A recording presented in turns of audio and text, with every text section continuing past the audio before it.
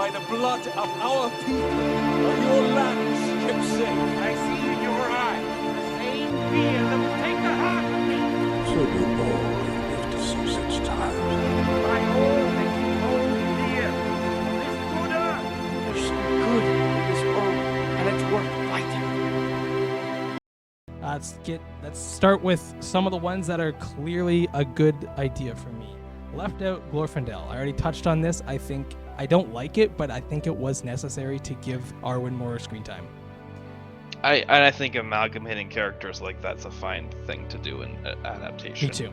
Yeah. Leaving out Tom Bombadil, this is the best decision anyone has ever made in adapting a book to a film. Tom Bombadil wrecks the movie, almost wrecks the book, in my opinion. I know there's going to be Tom Bombadil lovers, but Tom Bombadil is such... I mean, listen to any expert on this platform. None of them know what the heck's going on with Tom Bombadil. Some of them like him for being kind of fun, but nobody knows what this guy's deal is. Only Tolkien knew, nobody else. And so this character, who is basically God, it's such a strange thing to have just add it in for fun and then take it out. Like, it's such a weird thing to do. I think it would have messed up the pacing a lot. What I think happened, and I think I've seen this in like a history of Middle Earth type book where they kind of talk about Tolkien developing the plot. He used to tell this fun story about Tom Bombadil, included him in the books, and then I guess as he was writing the books out, he realized how awkward it was having this powerful character standing by not doing anything, and he had to kind of come up with a thing where they make a note of saying that Tom Bombadil wouldn't help them because he has no interest in it because this thing doesn't affect him. They just kind of try to pass it off. To me, it's the best you could do, but it's just not enough for me. It's a character that should never have been included. You can have a powerful character there. I'm fine with Tom Bombadil being some sort of wizard, but not that powerful.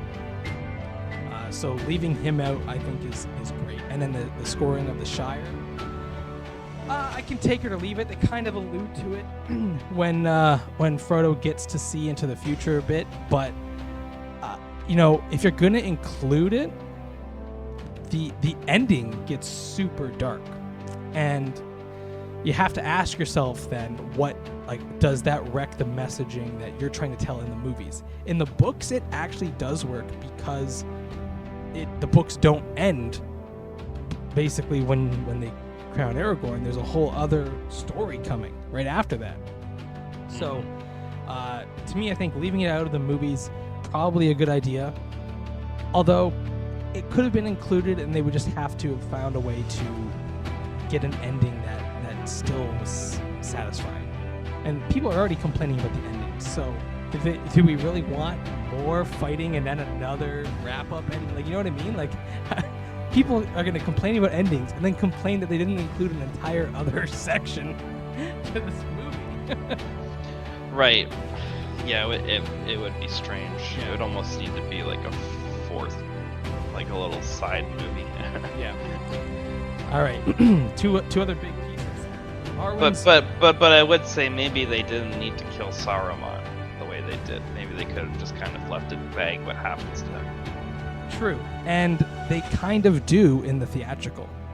In the theatrical, they do. In the theatrical, you don't actually see the death, and so you don't actually know what's going on.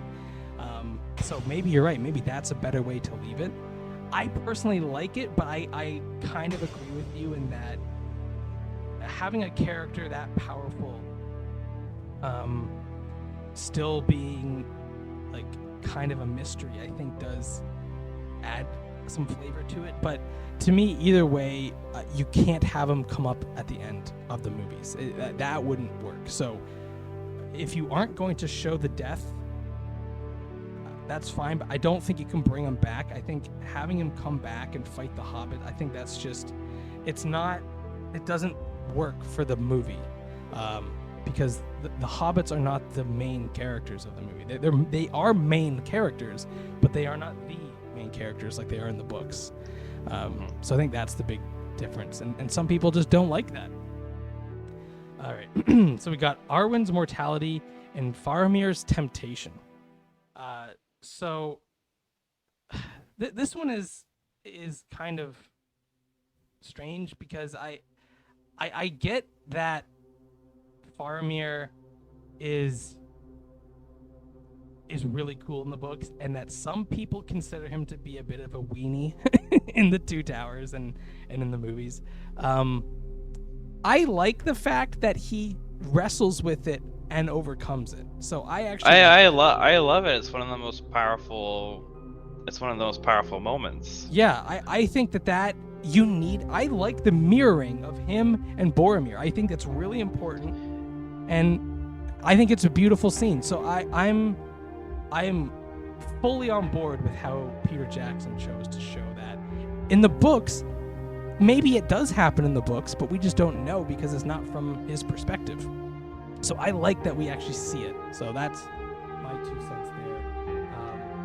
As for Arwen, I mean, I think, adding in some stakes for Arwen, it's not the biggest deal. Like, I could take it or leave it, I guess.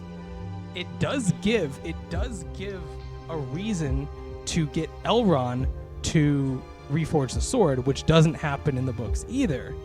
So I think that's really the only thing it's for. I think it's more of a situation for Elrond, not for... It's a good point, yeah. Because you're right, that would... I think we've talked about this in previous videos of...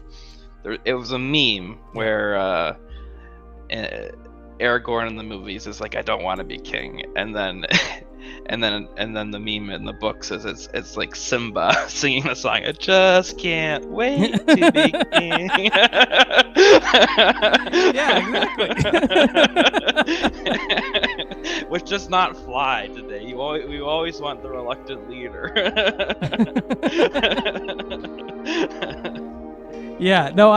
So like basically I think that this was a conscious choice to give other characters some agency and some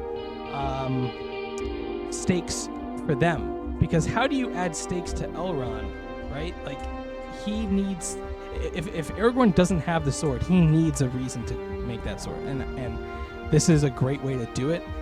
Does it wreck the lore? I mean, maybe it's kind of confusing even in the movies exactly what's happening, but it kind of still works for me. It's just magic. It's just elf magic.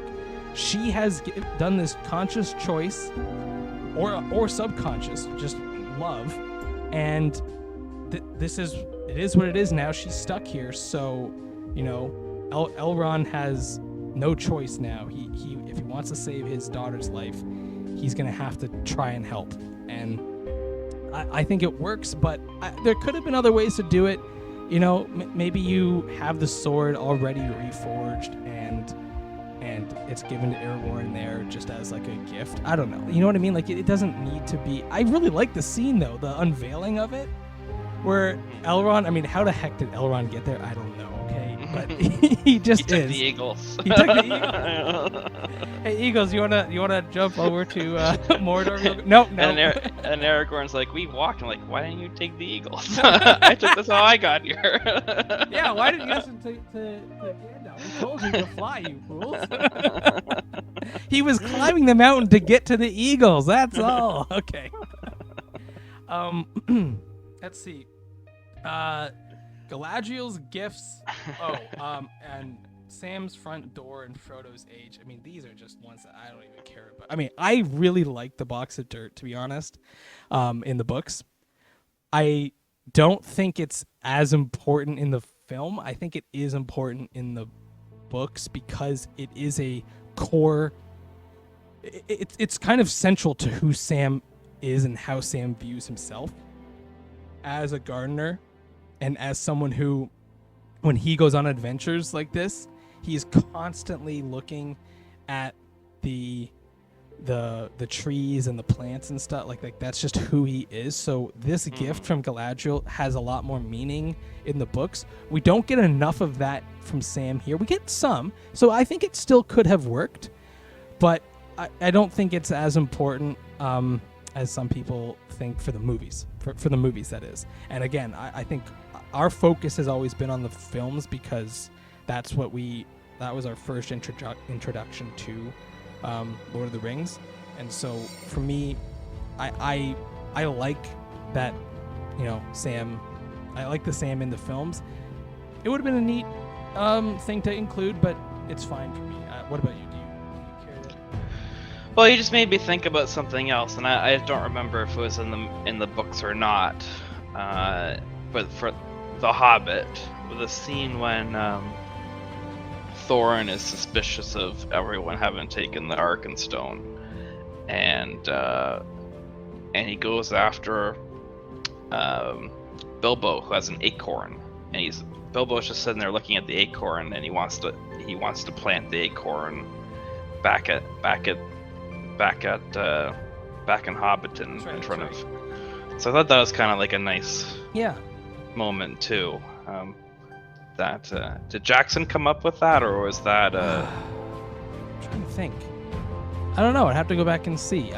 Either way, like either it's within the original novel, in which case great, or it's a nice nod to this, which is also great. So either way, it works for me. I can't remember exactly. Yeah, right. It's a neat. And again, I think like these are choices that maybe this choice was a mistake. It's hard to say. It's an easy thing to just give Sam a box, but does it actually add to the films in any way? Hard to say. I kind of think I would have to see it, because to me, it would be a nice nod to the book readers for sure. But I just don't think the film had enough of Sam being that Rachel Gardner. And I mean, there's a lot of memes about the gifts now too. That's true. Or Galadriel, like, here, and Sam, I give you this stick. Here, you can wave it around like a sword. Never mind. I'm gonna keep this. Yeah. Or there's the meme of Gimli. He asks for one golden hair, and then it cuts to Galadriel being bald. Oh man, I miss our memes, but nobody seems to care about our memes. Okay, the front door. Sam doesn't go to Bag End at the end of the movie. You know what? This is a mistake. It's for sure Peter Jackson screwed this up because I agree. That's kind of weird. Why not? It's clearly given to him in the films. I don't. Right. I'm that's not true. like. Why does Sam go to some random hobbit hole with a yellow door? Did he paint? I don't know. That's just a mistake. I think that's a straight up mistake. I don't know what's going on there. Yeah. Yeah. Can you think of any? Maybe he hadn't moved yet. Like, okay, well, I'll take it. But the thing is, he's like married with a daughter. Yeah. So he definitely has moved. Like, I don't know. Maybe he painted. Okay, I don't know. It's weird. I agree with this one. I didn't even think of. This is the thing, though. I didn't even think about it at the time. Mm-hmm. Even though I had seen the movies so many times, I've never thought that is a glaring mistake. But clearly, some eagle-eyed viewers have been harping on this and made it into this article. Frodo's age. I mean, this is just. We talked about this in one of our videos. When you're cutting down the length of time within the film, you're going to have to make some of those choices. And we see this happening everything from Game of Thrones all the way to Lord of the Rings, where characters in Game of Thrones are supposed to be starting out like 9 years old. Right, but they made everyone a little older. Yeah. And here they're making these characters younger because Tolkien has their ages be so different than what humans are used to, that it's hard for, like, if you had made Aragorn like looking like a 68-year-old dude, like, it would just be weird. So they at least made him look a little bit older than they originally planned to do.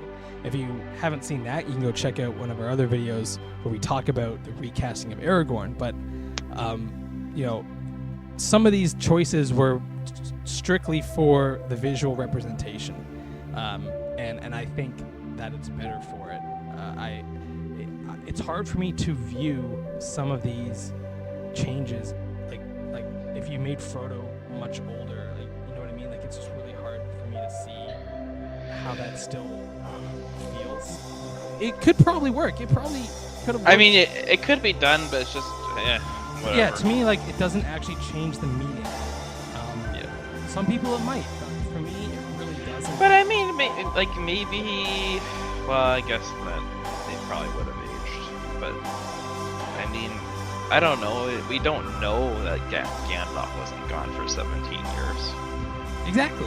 And that's one of the things that it's not talked about. So for book readers, they can kind of add to it and just say, okay, it happened. But then for movie watchers, we're just like, okay, that was a week. He was gone for a week, and now he's back. Is it secret? Is it safe? Oh, I just saw you last weekend, of course.